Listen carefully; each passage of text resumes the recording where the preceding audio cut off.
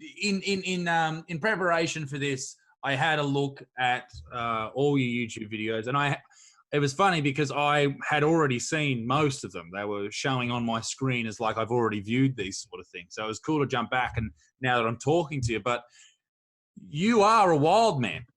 You're a fucking lunatic. Right. Well, I think, okay, so I've been doing this since a child. Since I was 6 years old, I was out there catching snakes, and it was one of those progressive things over the years. Like, I've always been interested in animals, so I feel like a lot of people, I feel like everyone in the world has a sense of curiosity with animals at a young age. Who wasn't in the backyard trying to catch a fucking spider in a jar, or chasing skinks around, or butterflies with nets and all that kind of thing. So I think as a child, I was obviously very curious about that, and I just wanted to. It was almost like a list in my head. I just wanted to go around the world and catch animals and be close with animals. It was something that I was good at because I fucking suck at everything else. So it was one of those things. I guess it was progressive, and it was just confidence building. Dealing with animals in the natural world, and it got to a point where. I think because it was all self-taught knowledge, I think the interesting thing I've learned about the way that I learn and my process of learning is I struggle to learn in a way that other people learn, like in procedural step ways of learning, because the way that I've learnt my entire life has been on my own accord. And so, I went through university, I did a degree, I got halfway through a master's and thought to myself, fuck, I don't want to become an academic in this field because that will take away from my connection with nature. And you're probably thinking, well, how the fuck is that? And it's because, doing things in a research and a procedural format essentially means that there's a lot of red tape and a lot of bureaucracy, and you can't connect with the natural world that you could as a freelancer such as myself going out there and doing that. And I think that was part of the power in what I had, is I knew I could reach an audience of people with my knowledge, and do it in a way that was somewhat entertaining. But, taking a step back and looking at what I've done in the past, I think there is going to be a different avenue that I'm going to be taking. I think, we're in changing times. It's not like back in the day with, Steve Irwin was obviously an icon of mine. Love Steve and what he done for the world of conservation. But the days of like jumping on the backs of crocodiles and doing this and doing that, it's just like, that's changing. That people don't necessarily want to see that anymore. Or if they do want to see that, there's got to be some purpose or mission statement behind everything. And I think the one thing that I've kind of been lacking in a lot of my content is actually having the reasonings behind, well, why the fuck is this crazy cunt doing this? So it's come to a point in time where I think my skill set's been recognised internationally, and yeah, I think there's been more focus into the purpose of what I can do with this unique skill set in a way that's going to be not just advantageous for the wildlife industry, but also in promoting wildlife and preserving those natural habitats as well. So, I've done work with international networks in the past, from discovery to history. But really, I'm still trying to find my niche and the concept that works. But, I think what I do know is the fact that I've got something very unique, and yeah, it hasn't really been done like that before, So I think it's a great thing to have that mission statement and that reason behind what you're doing. I mean, one of the things that came to mind when you were saying that was when I was at a Taronga Zoo sort of, they did this sleepover thing. You sleep there. It's great. I did it maybe 4 or 5 years ago, and I was a bit iffy about zoos. But then the head zookeeper, he said to me, mate, these guys, this particular one was saved from this particular village or something like that. That happened. I was like, okay. There's your mission statement. This is why it's here. It gives you a sort of an idea.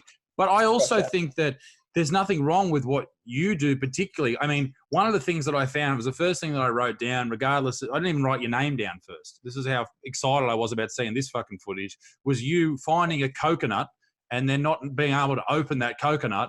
So you got a crocodile to bite down on the coconut to open the fucking coconut. Are you the full quid, mate? What's going on there? That is insane. That's Chubbs. That's Chubbs from Happy Gilmore losing his hand shit. Right. That definitely does have a mission statement and purpose, and essentially there is tangible objectives in that. So first you got to find a caiman. Second, you got to find a coconut. Third thing is then you got to force the animal to break open the coconut and then eat the coconut. So there are tangible objectives that come into play there, with an end result meaning that I can sustain myself by eating the coconut, right? Yeah, highly agree. It all worked out. I think holistically, I think, the reason as to why I do this is to show people that we can get back to nature and we do have the instincts to do so. And, that within a nutshell is fucking powerful. Yeah. People are more inclined to care about the environment and to care about the decisions that we make that impact on the environment if we have a connection to nature, right? And so me going out there and, bringing animals to camera and talking about them and interacting with them and essentially taking people into my world is an opportunity for me to connect people in that wavelength. And then hopefully they can build up the courage and all the confidence to go out there and try and do that themselves. Not to the extent where they're chasing down like fucking buffaloes or, diving on the backs of bloody sharks and all that kind of stuff. But like my content does spark people's curiosity in trying to get out there. And so in essence, I think there's been a 250 million people which have watched my content over the last several years. It's been interesting to see the amount of people and like the positive feedback that I've got from people being like, you know what, you really helped in breaking my fear and or getting me involved in something that I never was going to get involved in, so yeah. And that's it. You've done your job at that point, like that's a powerful thing to be able to do, is to get people out and interested back in nature, because, I've seen it now with people who are locked in their house. Like they have to get out and do things. Like you see people out and it's almost like I'm in Newcastle and it's not so much a city, but you see people out and about walking and you're just like, it's a bit weird, to see so many people out in nature. But I think it's a powerful thing. I mean, some of the videos on there are from the outset outrageous, like sneaking up on an African elephant. Like that's some full on shit. But it's also extremely interesting. It's something, I would never do, but there's some things I may do that you would go, fuck that. That's bullshit. I'm not doing that, And 100%. It's what you find comfortable. Well, I think too, like in doing a lot of dealings with these animals as well, I think a lot of people watched that content when I was approaching an elephant, and regardless if people knew that elephants were dangerous to approach or not, I think people were interested to see, the speed of an animal like that, you know what I mean? And it's funny because you see so many tourists around the world that go, close to these wild animals and take pictures and all that sort of stuff, and things can turn bad like fucking fast. We're talking about animals that change their decisions on a dime, whether it be... Can you take us through sneaking up on that elephant, what happened, the speed, everything? Where were you? Okay, so I was in Kenya at the time in the Masai Mara. So essentially, when you watch those documentaries of like the Serengeti. So I was in the Serengeti and I was there with a guide. And essentially I said to him, I wonder how close I can get to one of those African bull elephants. And I remember he turned to me and said, look, at the end of the day, I will keep filming, but I'll have you know that if that animal gets on top of you, he's going to kill you. And there's nothing we can do about it. So, I feel like when I was a bit younger, I was a bit more blasé about the risk associated with things, because I was just like, let's hope we've got like a big SD card. We've got to get the whole fucking thing on there, right? Yeah. But look, I think when an animal like that has made a decision to try and charge you, you're locked in space and time. You're locked in this energy between you and the animal. And it's interesting because when an animal is charging like this, mate, I can hear this fucking animal just behind me. Like I can literally like feel the ground shaking from under my feet. It kind of revitalizes you in a way as well, and it's a weird kind of connection that you've got with the natural world at that point in time, where you're no longer the predator, you're essentially, the prey item. It can be really a really interesting situation to be in, I guess, to reflect on as well.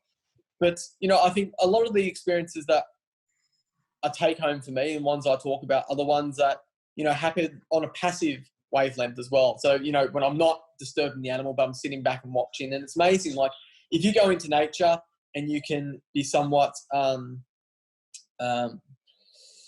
passive and undisturbing, it's amazing to see the experiences that you will have. I had many amazing experiences in Africa and South America and North America. And I think it's moments like that you don't forget. It's almost like snapshots in your mind that you just don't forget.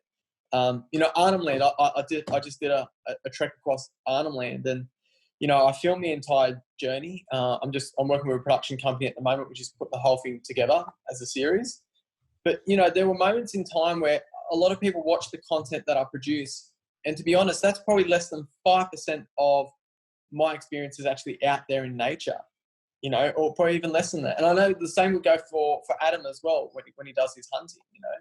Turning on the camera is merely us wanting to show the world, you know, at our, you know, at a time which is right for us, you know. All the other times, I guess it's just us being absorbed by nature. So, yeah, Arnhem Land definitely had some experiences as well, you know, experiences that I'll keep close to my heart for sure.